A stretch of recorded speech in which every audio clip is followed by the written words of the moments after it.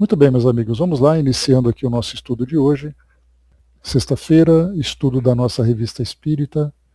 Nós estamos no mês de janeiro de 1863 e teremos aqui, dentro da nossa programação, uma previsão de 3 artigos, né? Resposta a uma pequena pergunta sobre o Espiritismo do ponto de vista religioso, identidade de um espírito encarnado e também uma barbárie que foi registrada aqui para Barbárie na Civilização, que é o terceiro título, né? Vamos ver se a gente chega lá. De qualquer forma, nós vimos anteriormente aqui nos nossos estudos artigos que Kardec apresentou tratando, né, sobre a opinião do Espiritismo, sobre cartas que Kardec recebeu e tudo mais, né? Agora a gente vai tratar aqui de assuntos mais amenos, né? Porque antes Kardec estava fazendo refutações, ou seja, rebatendo críticas que o Espiritismo recebia. Aqui agora ele vai trazer para nós tanto uma parte mais reflexiva dentro da filosofia, do próprio papel do Espiritismo, como também aqui uma parte uma visão mais científica, trazendo para nós uma experiência realizada por um colaborador. Vamos lá. Resposta a uma pergunta sobre o Espiritismo do ponto de vista religioso. A pergunta que se segue nos foi enviada por uma pessoa de Bordeaux, a quem não temos a honra de conhecer, e sua resposta será dada pela revista, tendo em vista a instrução de todos. Então diz aqui o trecho da carta. Li numa de vossas obras. O Espiritismo não se dirige àqueles que têm uma fé religiosa qualquer, com vistas a dissuadi-los, e aos quais essa fé basta a sua razão e a sua consciência, mas a numerosa categoria dos indecisos, dos incrédulos, etc. Então essa citação aqui, se eu não me engano, ela foi do livro O que é o Espiritismo, tá? Mas não tenho certeza, acabei aqui não pesquisando, mas depois a gente pode confirmar. Mas lido esse trecho, então, responde aqui, então, continua, né? O autor da carta.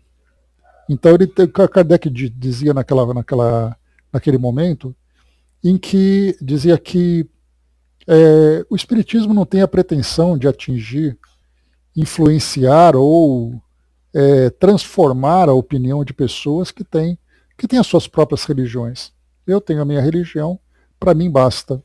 Mas Kardec ele reforça principalmente aqueles que estão indecisos, que principalmente naquela época, nós falamos do século XIX, um período em que religião e ciência estavam em conflito, aquele período final da Inquisição, a ciência tendo mais liberdade de impor a sua visão, então as pessoas que ficavam indecisas, sem ter ali a convicção da própria espiritualidade, né? Então, Kardec levava a razão, o entendimento através da razão, para que vissem no Espiritismo uma oportunidade de compreensão sobre a realidade espiritual. Bom dia, abraço. Então, como Kardec disse que não é para esse público, o autor então coloca, e por que não? O Espiritismo, que é a verdade, não deveria dirigir-se a todos que estão em erro? Ora, os que creem numa religião qualquer, protestante, judaica, católica ou outra qualquer, não estão em erro? Indubitavelmente, porque as diversas religiões hoje são professadas, dão como verdade incontestáveis e nos obrigam a crer em coisas completamente falsas, ou pelo menos em coisas que podem até vir de fontes verdadeiras, mas falseadas em sua interpretação. Se está provado que as penas são apenas temporárias, e Deus sabe se é um leve erro confundir o temporário com o eterno, que o fogo do inferno é uma ficção, e que se em vez de uma criação em 6 dias, trata-se de milhões de séculos, etc., se tudo isso está provado, digo eu, partindo do princípio de que a verdade é una, as crenças oriundas de uma interpretação tão falsa desses dogmas não são nem mais nem menos do que falsas, pois uma coisa é ou não é. Não há meio termo. Então aqui é um argumento bem interessante, né? Porque Kardec dizendo que ele se dirige aos indecisos e não aos convictos, esse autor dessa carta, ele reflete exatamente sobre isso.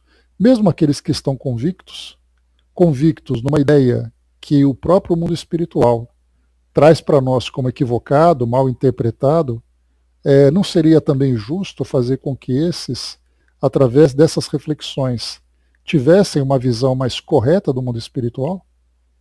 Isso porque cada religião se baseia, né, na interpretação daqueles textos que são considerados sagrados.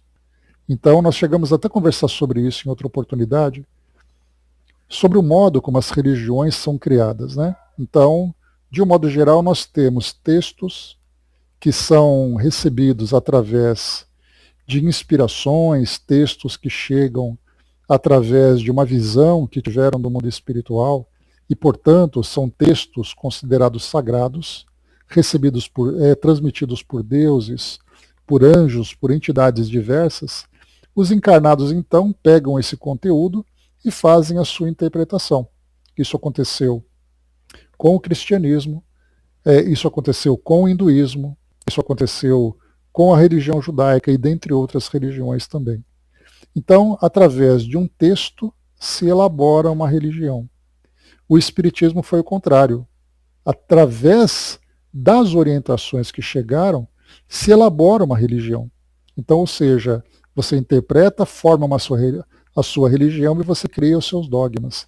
Aqui foi o contrário, foram as informações que foram chegando do mundo espiritual, fazendo com que, compreendendo toda essa nova realidade que era apresentada, ou nova realidade, ou a própria realidade, né, forma-se então os conceitos filosóficos daquela doutrina.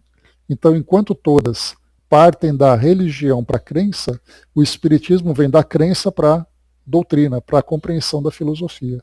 Né? Então é o caminho contrário. Bom dia, André. E segue então.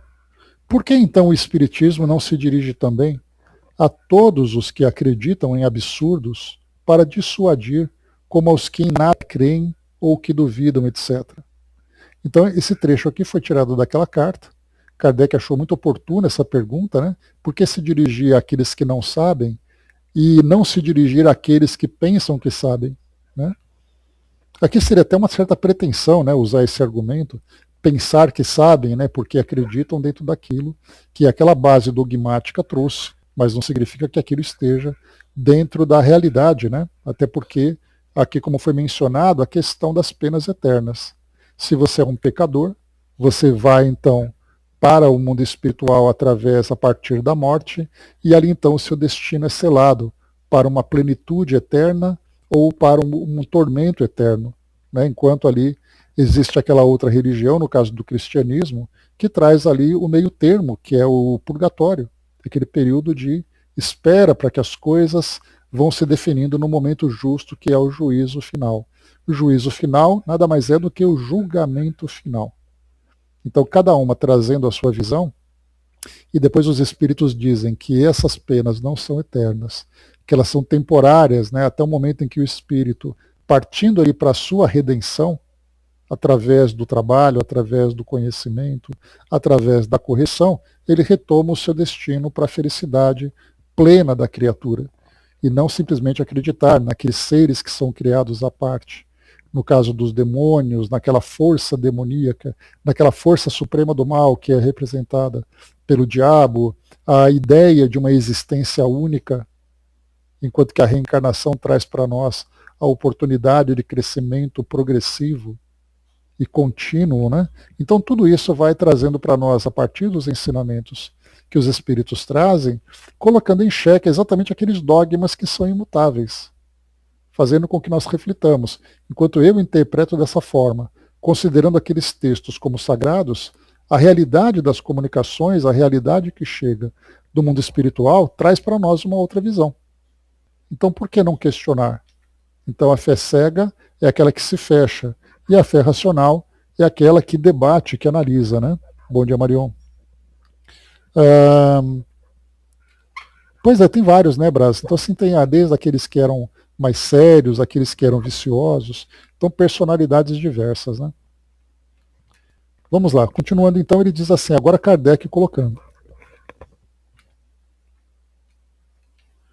Só um instantinho. Espera que eu me perdi aqui onde eu estava. Aqui. Tá. Aproveitamos a oportunidade da carta, diz aqui Kardec, da qual extraímos as passagens acima, para lembrar uma vez mais o objetivo essencial do Espiritismo, sobre o qual o autor da carta não parece bastante edificado. Pelas provas patentes que, dada a existência da alma e da vida futura, base de todas as religiões, o Espiritismo é a negação do materialismo e, por conseguinte, se dirige aos que negam ou duvidam. É bem evidente que os que não creem em Deus e na alma não são católicos, nem judeus, nem protestantes, seja qual for a religião em que tiverem nascido. Não seriam sequer maometanos ou budistas. Ora, pela evidência dos fatos, são levados a crer na vida futura, como em todas as suas consequências morais. São livres para adotar mais tarde o culto que melhor lhe convém à razão ou à consciência. Mas aí se detém o papel do Espiritismo.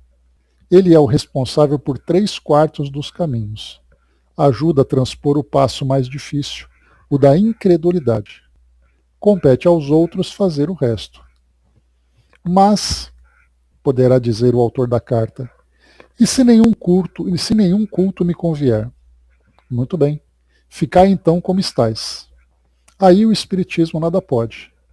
Ele não se encarrega de vos fazer abraçar um culto à força, nem de discutir para vós o valor intrínseco dos dogmas de cada um. Deixa isso à vossa consciência. Se o que o Espiritismo dá não vos basta, buscai entre todas as filosofias existentes uma doutrina que melhor satisfaça as vossas aspirações. Aqui Kardec, então, ele diz no parágrafo anterior algo bastante significativo. Ele diz que o papel da doutrina espírita é fazer com que aquele que nada crê, é aquele que não acredita na realidade espiritual e que tem uma visão essencialmente materialista, passe a ver o mundo espiritual como uma realidade. Então, o passo importante do Espiritismo, que, como Kardec disse, considera 3/4 do caminho. Ou seja, do caminho todo, 3/4 o papel que o Espiritismo tem, que é fazer com que as pessoas entendam a realidade do espírito, a realidade do mundo espiritual, a nossa imortalidade. Ou você não acredita, ou você acredita. O Espiritismo trabalha para que você compreenda essa realidade. O outro 1/4 do pedaço, aquele pedaço que falta, cabe a cada religião apresentar a sua proposta. Que isso vai ao encontro do que Kardec vai dizer mais aqui para frente na Revista Espírita, quando ele comenta, né, sobre o papel do Espiritismo de uma forma mais profunda. E ele diz assim, o Espiritismo não se importa com a sua religião. Olha que coisa forte que ele diz.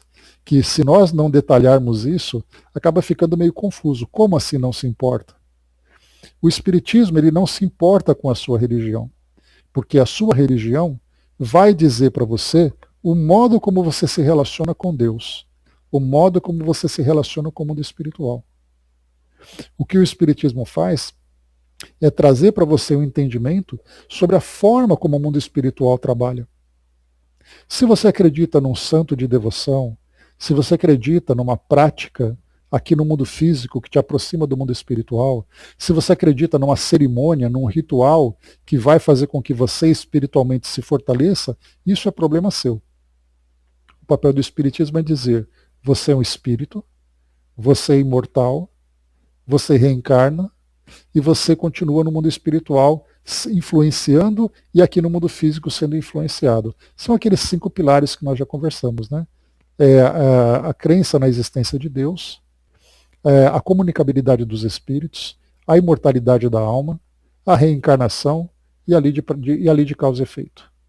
São esses 5 pilares principais do Espiritismo. Claro que nós podemos desdobrar isso em muitas coisas, mas os 5 principais é o que o Espiritismo diz para você. Agora o modo, eu prefiro conversar com Deus na minha igreja, fazendo o sinal da cruz. Faça, o problema é seu. Eu quero me casar na igreja, na frente do padre, ouvindo ali o sermão, recebendo a benção dele. Faça isso se você se sente bem. Eu quero batizar meu filho lá no terreiro, naquele ritual onde tem todas as cerimônias com músicas, com objetos. Faça, isso é problema seu. Só que quando nós chegamos aqui no Brasil, vendo o Espiritismo se instalar aqui, e vendo a posição dele, porque assim ele foi visto, como um concorrente das religiões, aí então ele passa a ser compreendido como outra religião. E quando nós passamos a interpretar o Espiritismo como uma outra religião, aí ou você escolhe um ou você escolhe outro. Não dá para você ter duas escolas de samba para você torcer. Não dá para você ter dois times de futebol.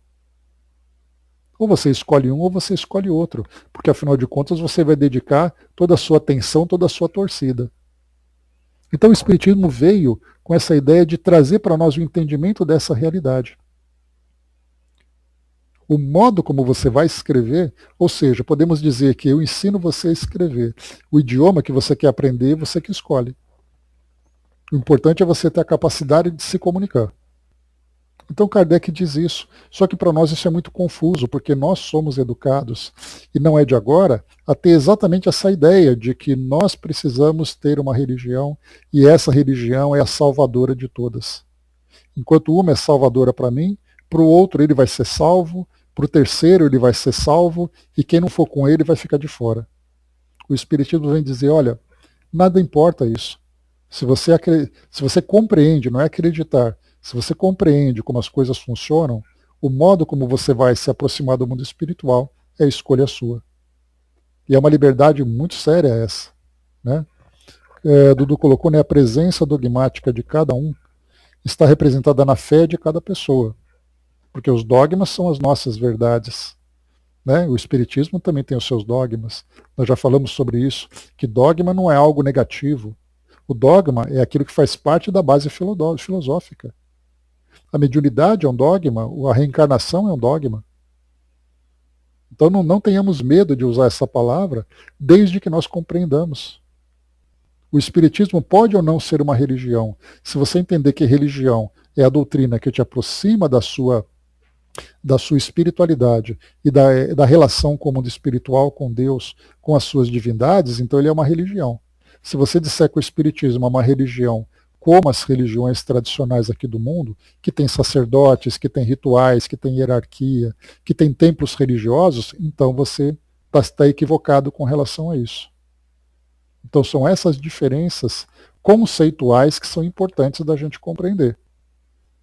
Lembra, né, que quando a gente via, né, assistia, lia sobre as histórias do Chico, nós lembramos ali que reuniões que eram feitas de estudos do Evangelho embaixo do abacateiro, dentro de um celeiro, dentro da casa das pessoas. E no caso de uma missa, tem que ser feita dentro da igreja. E no caso de um determinado ritual, tem que ser feito dentro da igreja, do templo religioso. Por quê? Porque isso faz parte do conjunto filosófico dos dogmas daquela instituição. O Espiritismo não tem. Embora a doutrina esteja brigando com os nossos atavismos, né, que são aquelas crenças antigas, com a nossa crença atual. Aí você vai pegar uma estatística feita pelo governo perguntando quais são as religiões do Brasil. O Espiritismo é citado como uma religião. Mas na essência ele não é. A única preocupação dele é dizer para você, olha, você sabe por que você é um espírito? Olha o que os espíritos estão dizendo. Olha como as comunicações acontecem. Olha o conteúdo que eles estão apresentando. Da mesma forma, você acredita que tem um continente do outro lado do oceano? Olha as cartas que aquelas pessoas que moram lá estão dizendo para nós. Eles estão falando sobre como é a vida deles, onde eles vivem. Essas cartas vieram por emissários muito sérios, não foram cartas inventadas. Então é simplesmente para você entender que do outro lado do oceano tem um continente. Mas como é que você vai viver nesse continente? Você que escolhe. Você quer viver na praia, você quer viver na montanha, quer viver na selva, você quer ser vegetariano, isso é problema seu. O importante é você entender que do outro lado do oceano tem um continente. E isso é importante para nós, esse é o papel do Espiritismo. E é isso que Kardec está apresentando para nós aqui. E ele segue, vamos lá.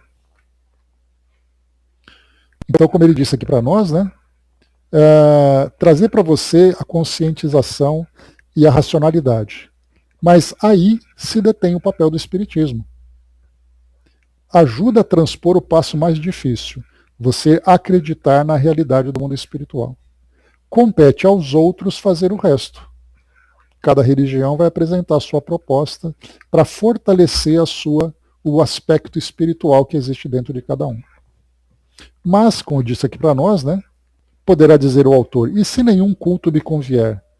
Muito bem, ficar então como estáis. Quer dizer, eu não quero, nenhuma religião me agrada. Não tem problema, então continua lendo o Livro dos Espíritos. Seja espírita sem estar vinculado a nenhuma instituição terrena. Aí que é isso que pega para nós agora. Porque o que Kardec colocava era que você poderia entender essa realidade do mundo espiritual e estar conectado a alguma religião, filiado a alguma instituição. Agora, Kardec coloca, e se você não estiver satisfeito com nenhuma? Então seja apenas espírita. Se para você isso basta, já é o suficiente, então. Você não precisa fazer comunhão, você não precisa participar de rituais, não precisa vestir nenhum tipo de roupa, não precisa decorar livros, não precisa ir para nenhum lugar. Chega na sua casa, abra o estudo do Evangelho, que é um ensinamento moral, estude o Livro dos Espíritos, faça leitura sobre essa realidade e aplique isso na sua vida. Pronto. O caminho já está resolvido. Olha como isso muda completamente aquilo que nós entendemos sobre o Espiritismo. Eu não posso dizer, gente, eu preciso acabar a reunião mediúnica aqui, porque daqui meia hora começa a missa, eu preciso ir para lá. Aí todo mundo para e olha, o que você vai fazer na missa? Olha, eu sou católico, mas você não pode ser católico. Quem disse que eu não posso? Aí então, para nós hoje, isso é um grande choque. Para Kardec não era. Porque não é papel do Espiritismo julgar as suas crenças. O que ele faz é te apresentar a verdade. O modo como você vai consumir essa verdade, a escolha é sua. Olha que maravilha, a liberdade que o Espiritismo dá para cada um de nós. E nós percebemos que a prisão das crenças fomos nós mesmos que criamos ou impusemos aos outros. Brás colocou, né, pensar que no além encontramos rios, matas, cidades, né, em outro estado da matéria. Né? O que mais tem hoje são os espiritólogos, né? São pessoas diversas, né, Brás? A gente vê que, embora o espiritismo não seja entendido pela maioria como uma instituição que faz parte do seu conjunto de crenças, aquilo que o espiritismo estuda para ele se torna. Então tem pessoas que pensam, meu ente querido desencarnou, eu rezo muito por ele. Quer dizer, você já está pensando na imortalidade. Eu queria tanto que ele viesse falar comigo. Opa, olha a mediunidade. Numa próxima vida eu quero te encontrar de novo. Olha a reencarnação. Então os conceitos são assimilados, não o espiritismo em si. Tanto, né, que a gente já conversou, que mais da metade da população dos Estados Unidos, porque essa pesquisa foi feita lá, acredita em reencarnação.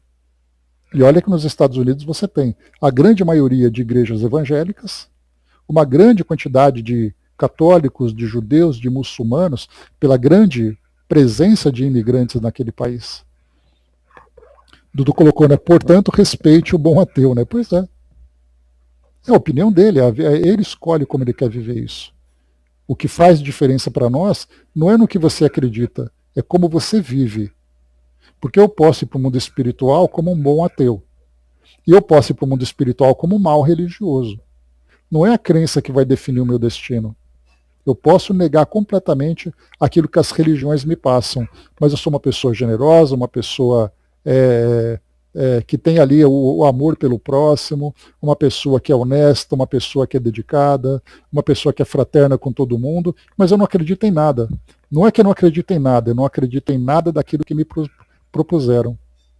A forma como as religiões chegam para mim, com suas crenças, seus dogmas, não me interessam. Então eu nego aquilo que elas trazem, mas isso não muda o meu caráter. Porque a gente tem essa ideia, né? Tanto que a gente percebe muito isso. Eu vou mencionar de novo os Estados Unidos, porque em períodos de eleição, isso é um ponto muito forte para eles que a mídia divulga. Você tem que mostrar que você tem uma família estruturada, que você é um bom cristão, porque isso influencia o público que vai votar em você. Se você for um candidato a presidente e você disser que é ateu, ninguém vota em você. Porque a ideia do ateísmo está vinculada com uma pessoa má. Olha só que conflito de visão que a gente acaba tendo, né? A verdadeira moral não cristã de um bom ateu, né? Pois é. O que o cristianismo traz dentro dos ensinos de Jesus são valores morais. Mais uma vez, por isso que Kardec, na introdução do Evangelho segundo o Espiritismo, ele diz que não se importa com os fatos, não se importa com datas, não se importa com lugares, não se importa com pessoas. O que se importa é com os ensinamentos que Jesus trouxe, que é uma aplicação prática dos valores morais na vida cotidiana de cada um. Tem um amigo ateu, envio os estudos do JDE para ele, né? Então, se ele estiver ouvindo, um grande abraço para o nosso amigo. Porque realmente não importa, eu não acredito nessas coisas que as religiões trazem. Mas quando você tem o entendimento de que a vida espiritual é uma realidade, que as suas ações hoje, a sua conduta hoje vai influenciar no seu futuro, acredite nesse futuro ou não, nós já mudamos a forma de viver. Porque naquela época, quando Kardec elabora a doutrina espírita, apresenta a doutrina espírita, a quantidade da visão ateísta, materialista, positivista, que era uma filosofia muito presente naquela época, fazia com que as pessoas simplesmente não se importassem em modificar as suas condutas para pensarem num futuro diferente. Por isso que nós temos aquela ideia de que muitos suicídios aconteciam porque as pessoas encontravam nessa prática uma saída da vida difícil que tinham. Já que não existe nada depois, para que eu vou me preocupar? E aí então a doutrina veio e falou assim, olha, não é bem assim. As ações que você pratica agora vão continuar te influenciando e repercutindo sobre você no futuro. Então não se iluda com nada. Então era muito comum Kardec mencionar isso. A grande briga que tinha do espiritismo no combate ao suicídio, pelo fato da visão materialista que se tinha naquela época. Isso é muito grave. Veio trazer respostas, exatamente. Ah, legal, Angelina. Bacana, bacana. Então, seguindo para nós aqui, vamos lá. Os incrédulos e os indecisos, afirma aqui Kardec, formam uma categoria muito numerosa. Quando o Espiritismo diz que não se dirige aos que têm uma fé qualquer e aos quais esta é bastante, significa que não se impõe a ninguém e não violenta consciência alguma. Dirigindo-se aos incrédulos, chega a convencê-los por meios próprios, pelos raciocínios que sabe terem acesso à sua razão, porquanto os outros foram impotentes. Numa palavra, tem o seu método com o qual obtém diariamente belíssimos resultados, mas não tem uma doutrina secreta. Não diz a uns, abri os ouvidos, e a outros, fechai-os. A todos fala pelos seus escritos, e cada um é livre para adotar ou rejeitar sua maneira de encarar as coisas. Desse modo, faz crentes fervorosos dos que eram incrédulos. É tudo o que ele quer. Aquele que dissesse, tenho muita fé e não quero mudá-la, creio na eternidade absoluta das penas, nas chamas do inferno e nos demônios, continua até crendo que o sol é que gira, porque a Bíblia diz, e creio ser este o preço da minha salvação. Aí responde o Espiritismo, conservai as vossas crenças, já que ela vos convém. Ninguém procura vos impor outra. Eu não me dirijo a vós, pois nada quereis de mim. E nisto ele é fiel ao seu princípio de respeitar a liberdade de consciência. Se alguns se julgam em erro, são livres para buscar a luz, que brilha para todos. Os que se julgam certo têm liberdade de desviar o olhar. Mais uma vez, o Espiritismo tem um objetivo, do qual não quer nem deve se afastar. Sabe o caminho que a ele deve conduzir e o seguirá sem se desviar das sugestões dos impacientes. Cada coisa vem a seu tempo. Querer ir muito depressa é muitas vezes querer ir muito depressa é muitas vezes recuar ao invés de avançar. Ainda duas palavras ao autor da carta. Parece-nos que ele fez uma falsa aplicação do princípio de que a verdade é una, concluindo daí que certos dogmas, como das penas futuras e da criação, receberam uma interpretação errada, devendo, pois, tudo ser falso na religião. Não vemos todos os dias as próprias ciências positivas reconhecerem certos erros de detalhes, sem que por isso a ciência esteja radicalmente errada? A Igreja não se alinhou com a ciência a propósito de certas crenças de que outrora fazia artigos de fé? Não reconhece hoje a lei do movimento da Terra e dos períodos geológicos da criação que havia condenado como heresias? Quanto às chamas do inferno, toda a alta teologia reconhece que é uma imagem e que por ela se deve entender um fogo moral e não material. Aqui só para a gente poder lembrar a discordância que nós tínhamos entre o Papa Bento XVI e o Papa Francisco. O Papa Bento XVI, ele colocava que o inferno é real. O Papa Francisco dizia que o inferno era um estado de espírito. Olha só. Aí depois veio agora esse Papa, o Leão XVI, ou Leão XVII, eu não me lembro, mas eu acho que é Leão XVI, que eu não vi ainda qual é a opinião dele a esse respeito, mas eu vi que ele é muito mais tradicional. Ele tem uma visão mais ortodoxa com relação à família, com relação à sexualidade, com relação à homoafetividade, né? Então ele tem uma visão um pouco mais conservadora, né? Mas eu não ouvi ainda, mas entre o Papa Francisco e o Papa Bento XVI havia essa divergência de opiniões, em que um disse uma coisa e depois o outro, que foi o sucessor, mudou a sua visão. Então a gente percebe que essa, como foi colocado por Kardec, desde aquela época, essa visão filosófica, ela podia divergir entre aqueles que eram os líderes da igreja. Quando ele colocou para nós aqui, toda a alta teologia reconhece que é uma imagem e que por ela deve se entender um fogo moral e não material. Essa alta teologia começa pelo próprio líder supremo da religião, que era o Papa. Dentre outros também que entendiam que essa figura de linguagem, que um lugar no meio da terra, que pegava fogo, que as almas ficavam ali por toda a eternidade, dava aquela ideia de que, opa, será que é assim mesmo? Mas quando a gente já fala em um fogo moral, que é aquele sofrimento de consciência cobrada, consciência que tortura, isso já é muito mais concreto e muito mais real para nós, até porque nós mesmos vivemos isso no nosso cotidiano. Aquela pessoa que traz a consciência culpada, ela fica naquela autotortura permanente, até que ela seja perdoada, e o mais difícil, que ela se perdoe. Ele segue. Sobre vários outros pontos, as doutrinas são também menos absolutas do que antigamente, donde se pode concluir que um dia, cedendo à evidência dos fatos e das provas materiais, ela compreenderá a necessidade de uma interpretação em harmonia com as leis da natureza, que nós estamos estudando no Livro dos Espíritos, sobre alguns pontos ainda controvertidos. Porque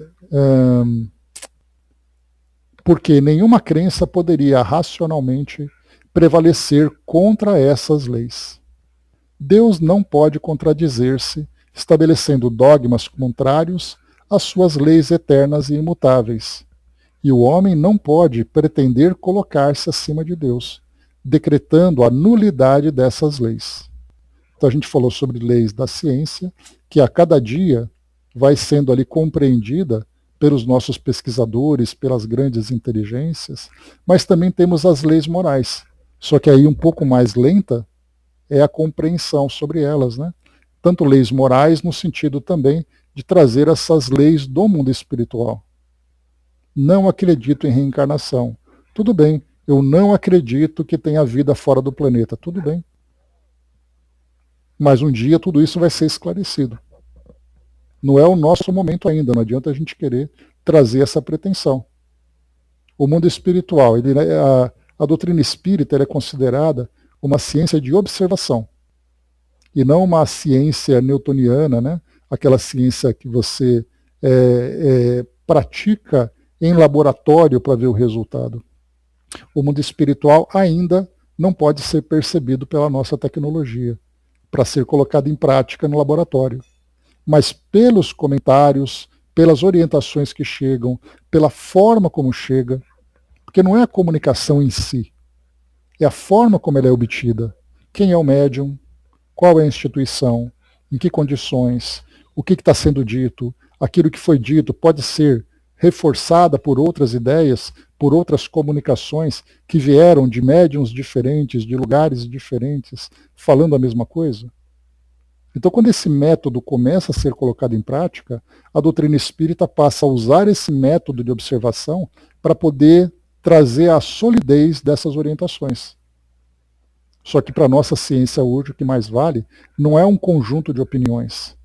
São os fatos que podem ser comprovados pelos métodos da ciência material. Seguindo.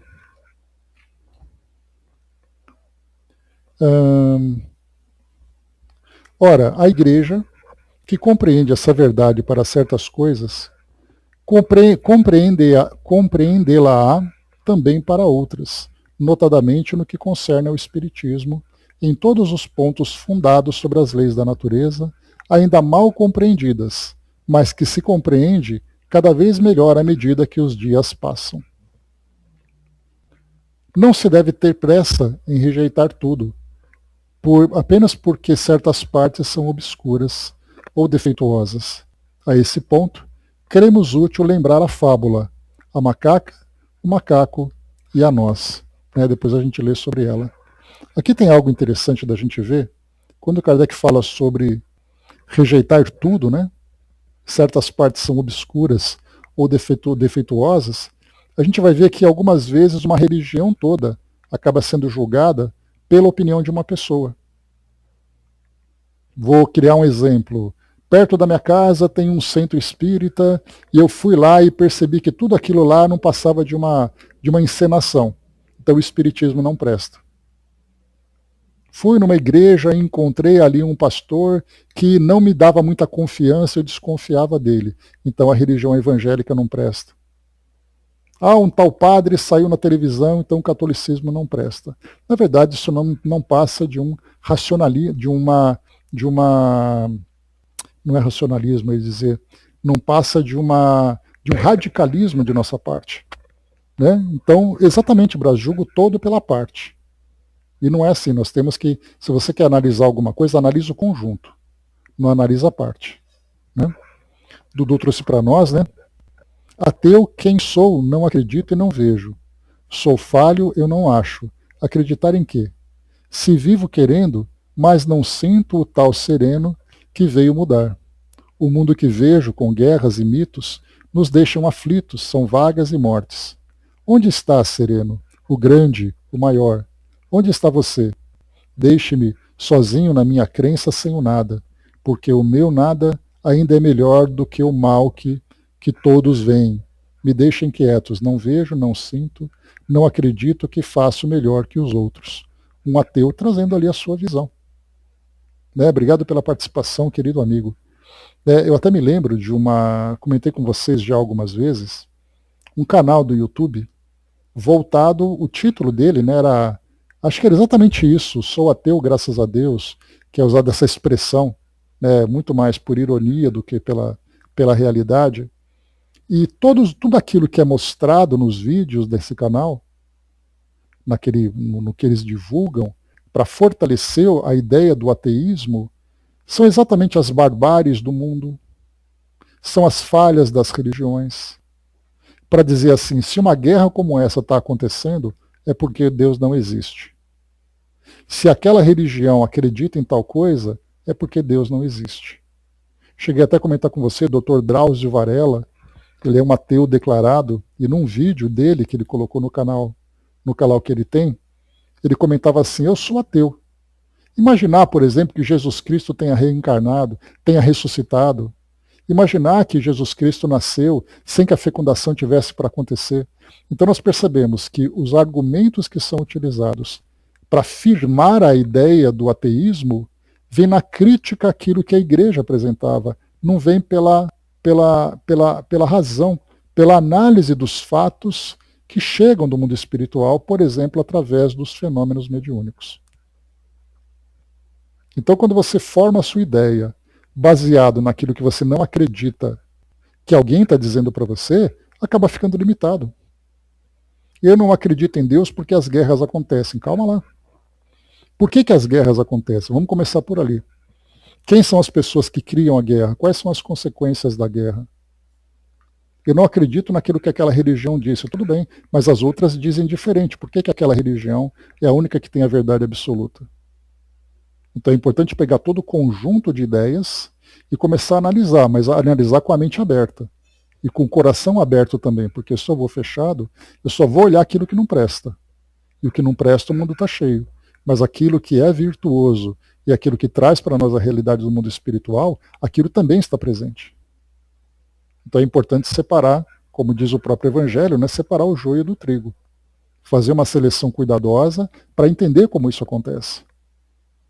Eu não acredito em Deus porque não vê. Por que você acha que você deveria ver se nós estamos falando de uma entidade que é para nós fora da nossa percepção nessa condição em que nós estamos? Esses são os argumentos que a gente tem que combater dentro de nós mesmos, né? Porque quando a gente se fecha, né, a nossa opinião fechada, aí somente o tempo vai acabar quebrando, né, essa barreira que mesmo nós criamos, né? Kardec segue para nós aqui então. Bom, então ele fecha por aqui, né? Então ele coloca exatamente isso, né? Não se deve ter pressa em rejeitar tudo, apenas porque certas partes são obscuras ou defeituosas. A esse propósito, cremos útil lembrar a fábula, a macaca, o macaco e a noz. Muito bem, próximo artigo então, aqui essas reflexões baseadas naquela carta que Kardec recebeu, perguntando para quem que o Espiritismo, a quem o Espiritismo deve ser direcionado, né? Identidade de um espírito encarnado é o próximo comentário, né? Então aqui o Dudu até levantou essa dúvida, né? Espírito encarnado, vamos ver. Nosso colega, senhor Delane, lembra que ele não fala aqui de Gabriel Delane, né? Até porque eu até peguei aqui a biografia rapidinho dele. Gabriel Delane, ele nasceu em 1857, um pouco antes da publicação do Livro dos Espíritos, que foi em abril, se eu não me engano, né? Então, em 1857 ele nasceu e desencarnou em 1926. Nesse caso aqui, é um amigo de Kardec, provavelmente aqui, né, ou provavelmente não, talvez o pai de Gabriel Delane, né? Porque aqui, deixa eu ver se fala alguma coisa sobre ele. De quem é? O seu pai, Alexandre Delane, era espírita e amigo íntimo de Kardec. Pronto, já matamos a charada aqui na Wikipédia, né? Então, o senhor Alexandre Delane, que era um amigo dele. Vamos aqui então. Nosso colega, senhor Delane, transmitiu-nos o relato seguinte a propósito da evocação de sua esposa, que estava viva e ficara em Paris, durante a viagem que ele fez. Olha só como a mediunidade era praticada nessa época, né? Então, às vezes eu faço alguns comentários a respeito da resistência e do medo que foi gerado em torno da mediunidade, pelos seus riscos, que certamente existem, né? Mas Kardec também trouxe para nós muitas orientações para nos prevenir a respeito dos riscos da mediunidade, mas também reforçando os benefícios que ela traz. Então, às vezes eu comento com alguns grupos sobre práticas mediúnicas, mais uma vez, como aconteceu aqui no nosso grupo. Eu já comentei com vocês, né, que Angelina, Dudu, a Renata, a Fabiana traziam para nós algumas comunicações, e aí eu comentava que durante os nossos estudos chegavam comunicações mediúnicas. E eu comentei isso com uma amiga que tinha uma posição importante dentro de uma federação. Ela ficou com os olhos arregalados e começou a me questionar. Mas como é que isso acontece? E essas mensagens, o que elas falam? Mas percebendo um temor por aquilo que eu falei. Pelo medo de isso não ser realizado dentro de um centro espírita. E olha só o que o senhor Delane passou para Kardec e Kardec publica para nós.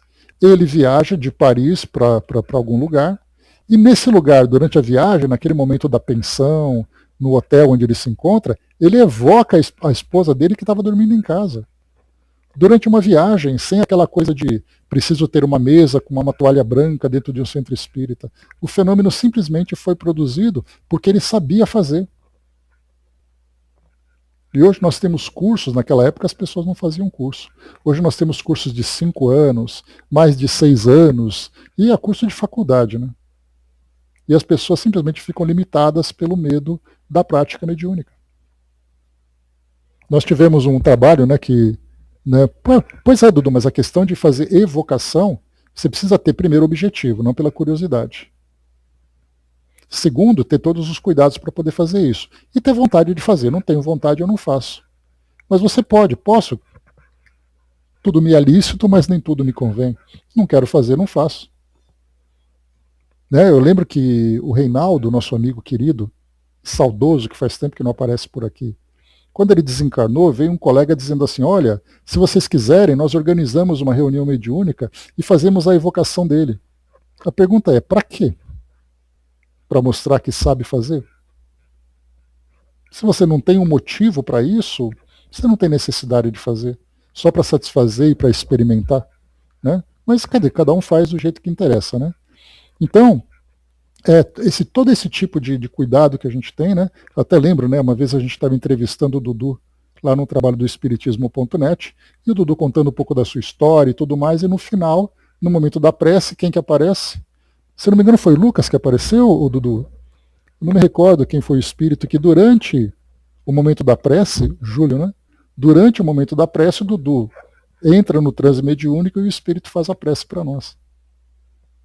Nossa, você viu que coisa maluca? Ele estava em casa fazendo uma transmissão pelo YouTube e o espírito se manifestou.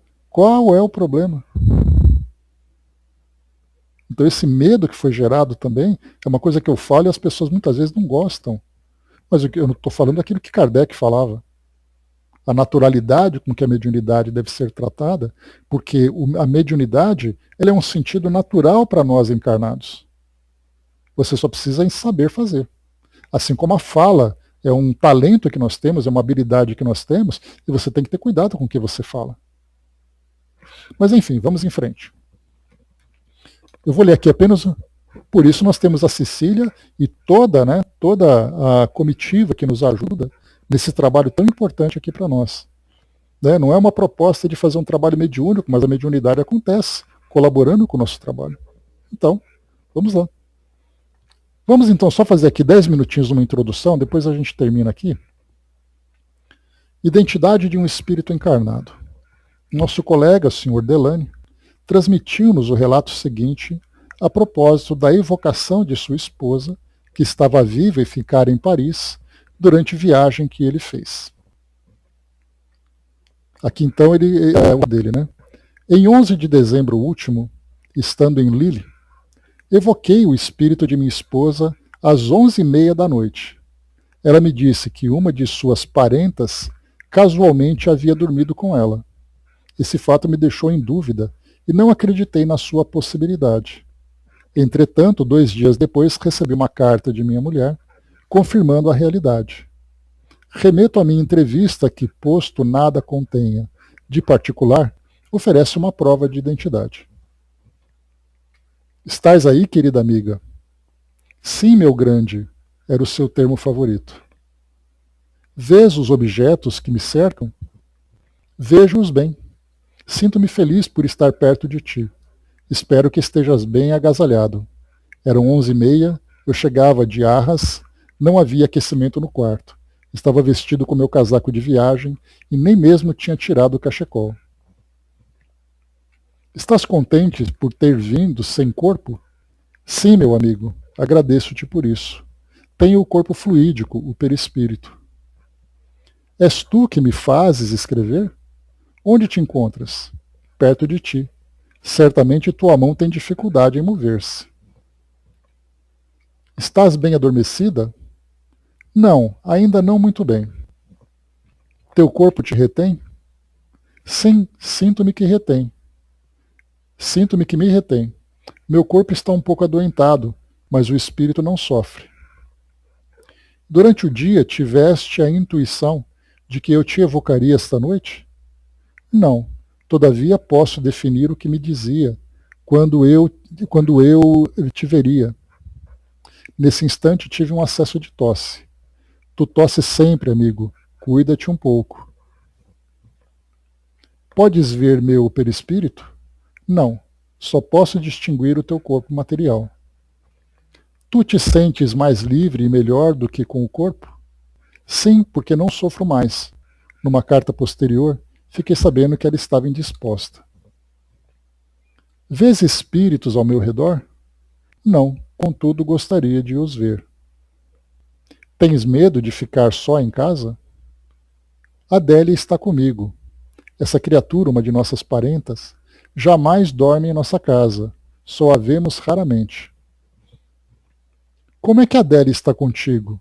Dormiu contigo? Sim, por acaso. És tu mesmo quem falas, querida esposa? Sim, amigo, sou eu mesma. Vês bem claro aqui? Sim, tudo irradia melhor que tua luz fraca, que tua fraca luz. Eu só dispunha de uma vela no grande quarto. Tu te comunicas por intuição ou mecanicamente? Atuo mais particularmente sobre o teu cérebro, que está apto a receber mais facilmente. Apesar disso, dirijo ao mesmo tempo tua mão. Como podes ver que meu cérebro é apto a receber as comunicações espíritas? É pelo desenvolvimento que teus órgãos adquiriram há pouco tempo, o que prova que foi preciso. Nesse instante soa a meia-noite e o espírito para. Ouves o som do pêndulo? Sim, fiquei impressionada com esse som anormal. É semelhante à música celeste que ouvi no sonho que te contei. Com efeito, pouco tempo antes da minha partida, ela havia tido um sonho maravilhoso no qual ouvira uma harmonia singular. Sem dúvida, naquele momento, eu não pensava no sonho, que havia esquecido completamente. Portanto, não podia ser reflexo do meu pensamento, uma vez que dele ninguém mais tinha conhecimento. Estando só naquela ocasião, vi nessa revelação espontânea uma nova prova da identidade do espírito de minha mulher. O espírito termina a frase começada acima. Como quando ela começou, né? Ela disse assim, que eu vi no sonho que te contei. Muita força em tão pouco tempo. Queres que eu evoque meu anjo da guarda para controlar tua identidade? Isso te incomodaria? Podes fazê-lo. Ao meu anjo da guarda. É mesmo o espírito de minha mulher que acaba de me falar? É tua esposa que te fala e está satisfeita por te ver. A minha esposa. Viste meu anjo da guarda? Sim, é resplandecente de luz. Apenas apareceu e desapareceu. Ele te viu? Sim, olhou-me com olhos de celeste clemência, e eu, confusa, prosternei-me. Deus, meu grande, sou forçada a deixar-te. Adeus, meu grande, sou forçada a deixar-te. Observação de Kardec. Se esse controle se tivesse limitado à resposta do anjo da guarda, teria sido insuficiente, pois implicaria, por sua vez, controlar a identidade do anjo da guarda, levando-se em conta que um espírito enganador poderia ter usurpado o nome. Nada há nessa simples afirmação que revele sua qualidade. Em casos semelhantes, é sempre preferível fazer o controle por um médium estranho que não estivesse sob a mesma influência.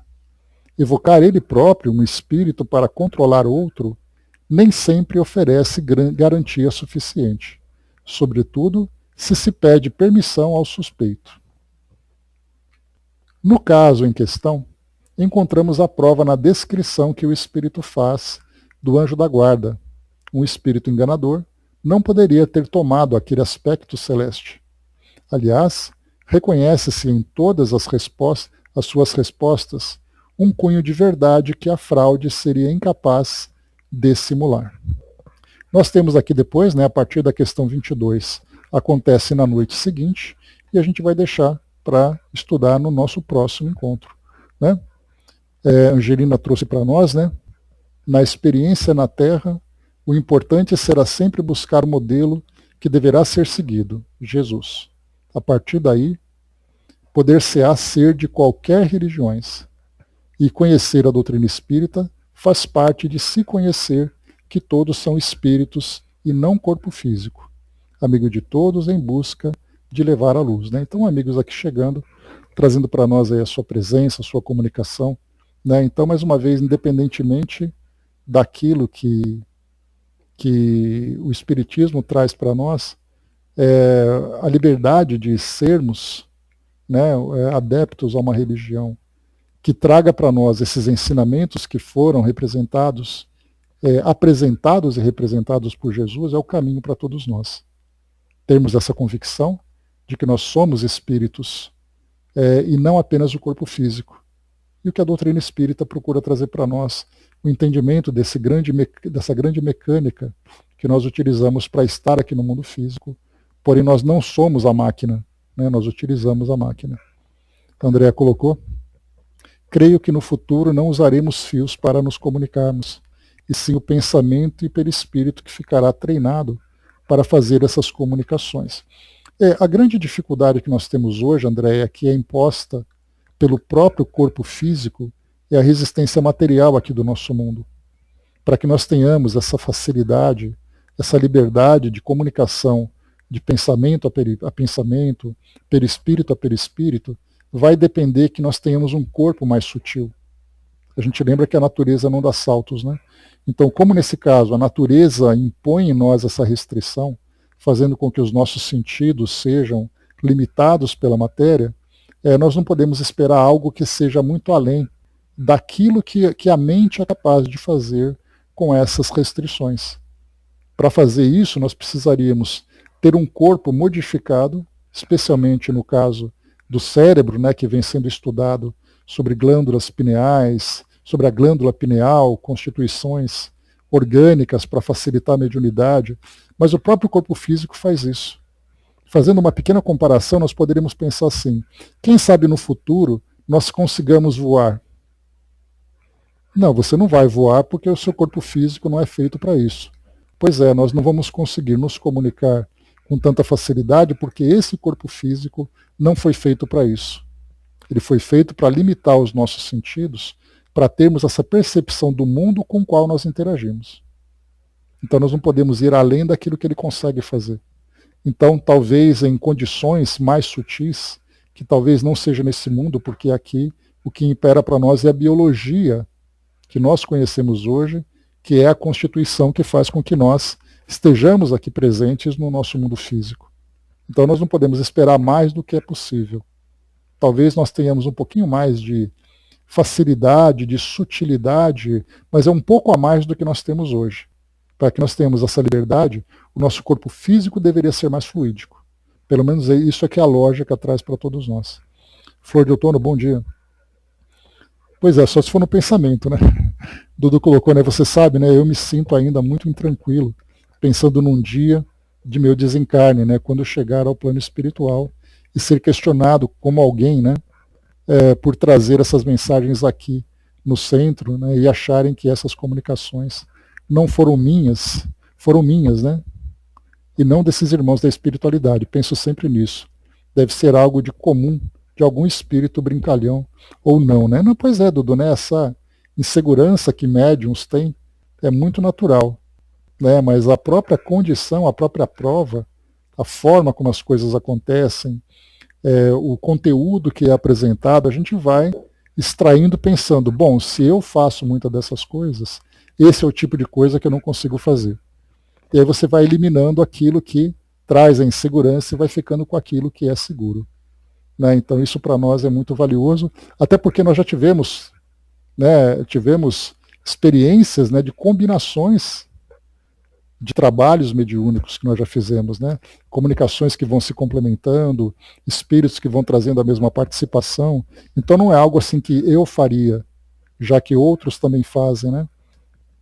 Eu não escreveria muitas coisas que já passaram aqui, né? E se escrevesse, você teria que ser muito criativo, né?